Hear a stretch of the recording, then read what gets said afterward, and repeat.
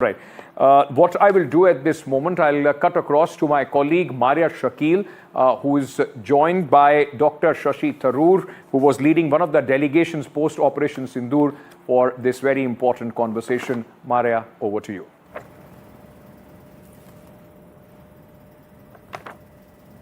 Hello everyone and welcome to this special conversation. We are being joined by Dr. Shashi Tharoor, senior Congress leader and veteran parliamentarian. Dr. Shashi Tharoor has been on a whirlwind tour of multiple countries, leading the government of India's charge in convincing the countries around the globe with regards to Operation Sindoor. But Dr. Shashi Tharoor has also been traveling post that, so it has been very difficult to catch hold of you, Dr. Tharoor. So thank you so much for giving time on NDTV. You have emerged as the biggest backer of Operation Sindoor and the harshest critic of Pakistan. Dr. Tharoor, how do you look at the lunch meet which happened between General Asim Munir and US President Donald Trump? Well, as you know, the White House spokeswoman said that this is since General Munir had recommended Mr. Trump for a Nobel Peace Prize, it was a thank you gesture, which is entirely, fine. I mean, as far as I'm concerned, if Mr. Trump wants to call somebody for lunch because he was recommended for a Nobel Peace Prize, who are we to question that, Maria? But Dr. Tharoor, that happened hours after Prime Minister Modi and Donald Trump's telephonic conversation, which lasted roughly around 35 minutes, in which Prime Minister Modi clearly, categorically spoke about how India never sought any third-party mediation and will not do so in future, setting the record straight. Absolutely. And I think that message is something that we also, in our delegations, conveyed very clearly to our American interlocutors. I myself had the privilege of speaking to Vice President Vance, and though so far we have not gone public about the conversation, now that the Prime Minister has publicly announced that this is what he has said to the President, I can convey to you that I said exactly the same thing to the Vice President, who understood it fully. And there was absolutely no disagreement or pushback from their side. They fully understood that mediation is not something that we in India can accept. The very idea of mediation implies an equivalence between two parties who need to be mediated between. But there is no mediation possible, no equivalence possible between terrorists and their victims. There is no equivalence between a country that dispatches terrorists across the border and a country acting in self-defense. And this message was understood clearly by everyone we spoke to, not just the Vice President. We also met with the Deputy Secretary of State. We met with a very important cross-section of senators and congressmen. And in every single case, this message was made crystal clear.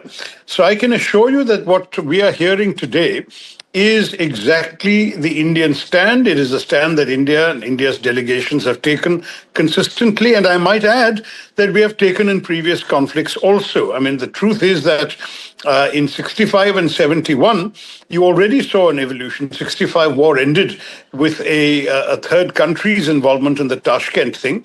But in 71, as you know, the similar discussions were only India and Pakistan.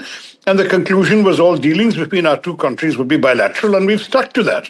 India, since then, has taken a very strong view that we have no difficulty talking to Pakistan. We speak all the languages they speak. The problem is the one language we don't speak and won't listen to is the language of terrorism. So when they inflict terrorism upon us, we will meet force with force, is the clear message we're giving to the Pakistanis and to anybody else who will listen. Secondly, Maria, you must remember that Operation Sindoor advertised its intentions from the very start. And here I'm not revealing anything that's confidential. It was in the briefings by the government. The morning after Operation Sindoor, they said very clearly that this is an act of retribution against terrorists. We've been very careful not to hit any Pakistani government sites, not even any Pakistani military sites. We have only hit terrorist bases that are well-known, well-established, and that too of organizations that have been proscribed by the United Nations Committee and that were also on the US State Department's terrorist wanted list. So there was absolutely nothing on our side that made this an Indo-Pakistan conflict. It was an India versus terrorism action. And what we said very clearly to everybody who listened to us in all the countries we went to was, Don't make this an issue of India-Pakistan. Don't make this an issue of Kashmir. It is only an issue of terrorism versus our right to defend ourselves against terrorists. And believe me, we got full understanding everywhere. You know that the country of Colombia withdrew an earlier statement they had issued in which they had expressed sympathy for quote-unquote Pakistani victims once they understood the context in which we had acted. And thereafter, in every country we went to, I can assure you that there was full understanding for our position. So I just want to stress, India has taken a very clear stand. We are only reacting against terrorism. We said to the world that if Pakistan chooses to hit us because we have taken retributive action against terrorism, if they've hit us, we are going to hit them back, and we'll hit them back as hard as we can. But if they stop, we will stop. And the moment they stopped, we stopped. That is very clearly what occurred. So I just want to stress to you that as far as we were concerned, there was no question of us needing to be persuaded to stop. You see, mediation is when two sides are fighting and somebody comes in the middle and says, please don't fight and we'll give you this and that. No such thing happened. We said from the very beginning that we would stop the moment Pakistan stopped. They signaled to our Director General of Military Operations they wanted to stop. We said, fine, we're also ready to stop. As far as the Americans are concerned, they may well have felt that they have put pressure on the Pakistanis, which is something you and I don't know because we don't know what the Americans said to the Pakistanis. But if that is the thing, that the Pakistanis were, contemplating a nuclear option or something dramatic, and the Americans told the Pakistanis, don't do that, and press them, and thereby the general thinks that Mr. President Trump should deserve the Nobel Peace Prize because he prevented him from using dangerous weapons, whatever. If that's the story, that's between the Americans and the Pakistanis. I don't think we in India should sit here worrying about what they said to each other. All we know is that the Pakistanis called us, and the Pakistanis, having taken a real bashing on the night of the 9th, 10th of May, they wanted to stop. So that's the story that we understand. That's the story to which we are privy. Okay. Dr. Tharoor, because Donald Trump continues to reiterate that and repeat his claims that he was the one who brokered ceasefire. As a former diplomat yourself, do you see this deceptive diplomacy hurting or helping India? No, I don't think it's diplomacy at all. I think it's Mr. Trump expressing his understanding of something in which, frankly, as far as we are concerned, he was not directly involved. The people who called our foreign minister, called our national security advisor, and there was one call to our prime minister, are all known to us. They did not include any personal call from President Trump during Operation Sindoor. So, President Trump honestly has every sort of right to speak for himself, and none of us can decide to put words into the mouth of a foreign president or indeed to challenge what he says. I think one of the reasons that India stayed silent for all these days of these claims is that... Okay. Dr. Tharoor, if you can still hear us. Shashi Tharoor his there. own role. Yes, please. Go ahead, sir.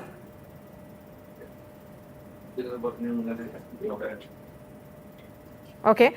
Dr. Shashi Tharoor joining us here on NDTV from Thiruvananthapuram. He is on his way. He has been traveling extensively after returning to India post that multi-party delegation that he was leading. Please go ahead, Dr. Tharoor.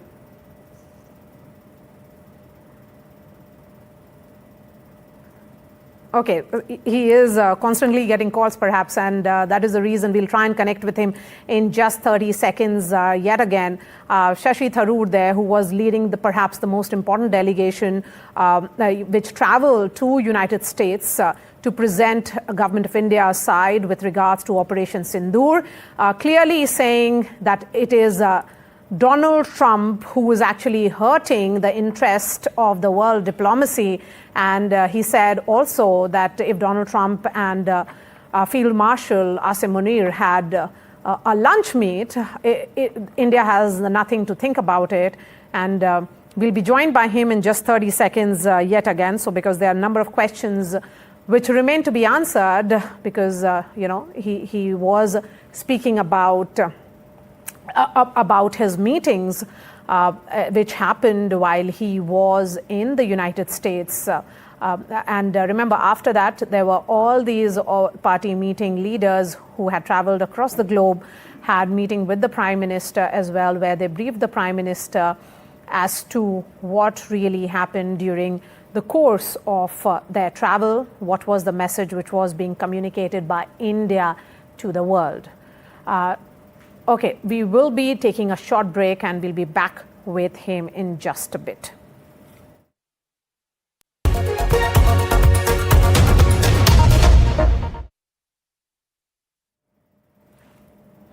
All right, Dr. Shashi Tharoor is back with us. Dr. Tharoor, there are many in the opposition and also within your own political party, the Congress, who are attacking the Prime Minister with regards to the ceasefire. And they are demanding an explanation, perhaps a special session. What are your thoughts? Do you think there is a need for the Prime Minister and the BJP to brief the audience here as well, the politicians and various political parties here in India?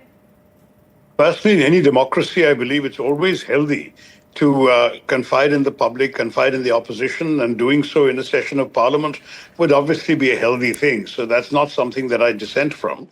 But having said that, on this particular issue of the ceasefire, it seems to me that the position of the Indian government was telegraphed from day one.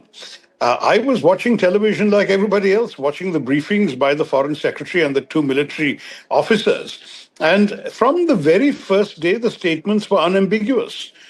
We are avoiding creating conditions for a war. If they decide to hit us, we will hit back. But we have no desire to prolong this. We will stop the moment they stop. This was said every single day of those 4 days. So when indeed the stoppage came, it was not a surprise to me. I'm surprised that some people were surprised. I did see that some of the sort of passionate right wing in our country were exercised and they wanted the war to continue and to decimate Pakistan and so on. But the fact is that the intention of the action had never been directed that way. And indeed, we in the delegations were saying to our foreign countries, we were not going to war with Pakistan. We were going to war against terrorists. This was essentially an action against terrorism. And it was very much to be seen in the frame of counter-terrorism. We took action against known sites of terrorist organizations, identified terrorist organizations, and at the same time, we said the message that if there are terrorist attacks on our country, there will be a price to pay.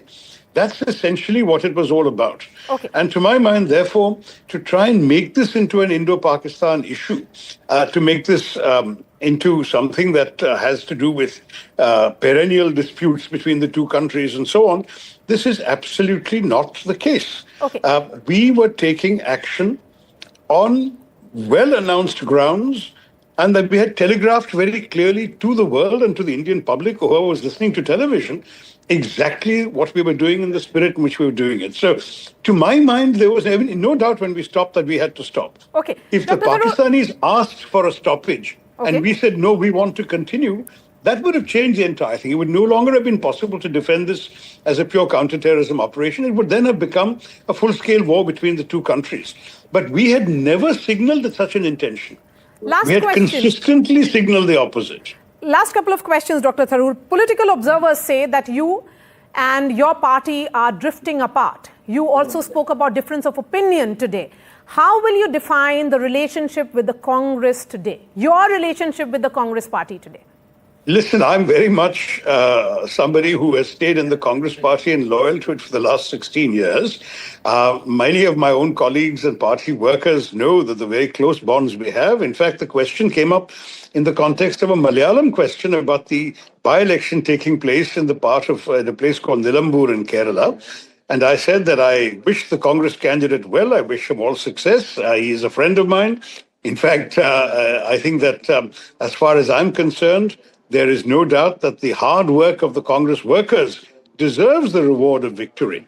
And that as far as I'm concerned, the fact that the Congress, as an institution, the Congress's values and the role of its workers, these are all things I hold very close to my heart. That if there are any differences of opinion, it has only been with some elements of the leadership. I don't want to go on beyond that because this is hardly the time to be discussing such matters. I said if there are any differences, they can be discussed behind closed doors between the people concerned. And that's precisely where I wish to leave it.